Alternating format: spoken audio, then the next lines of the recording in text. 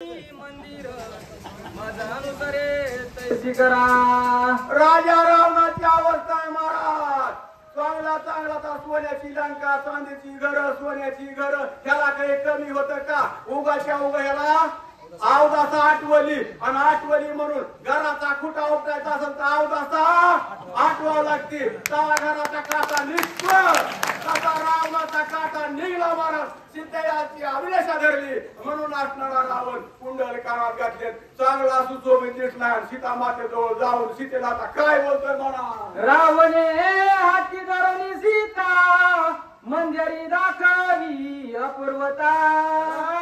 रावणी आपली समर्थता अति एकंता आणली.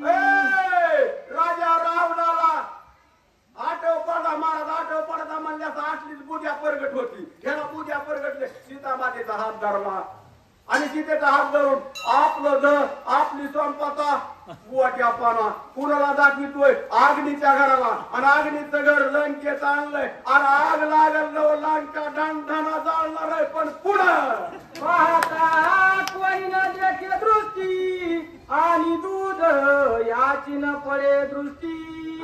आयसिया एकांता गोरटी उठा उठी आणि सीतेला एकांत नेलं महाराज.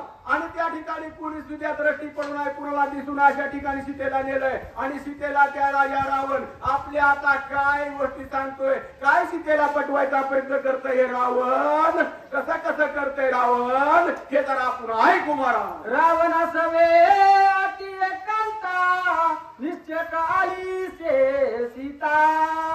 हा मद झालिया झोंबथा लंकानाथा उपटीन. यावे सीतेला राजा रावण सांगू लागलाय. सीते तू जर मला सर्वस्व झालीस, तू जर माझ्याशी झालीस ना तर मी असणारा लंकेमध्ये म्हणला माझा मोठ्यापणा माझा चांगला दिवा लागेल म्हणला. मी काही साधं काम करायलो नाही. आणि काम असली केली की असेच दिवा लागतात महाराज. ह्याचा सुद्धा दिवा नीट लागणार नव्हता. रावण म्हणतोय रावण शुंभ निशुंभ चंड मुंड जेवी जगदंबा तरी दुखंड.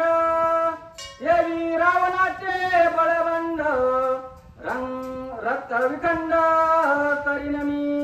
राजा रावण शुंभ आणि निशुंभ होते. कुठं होते महाराज? रावणाला मारले का?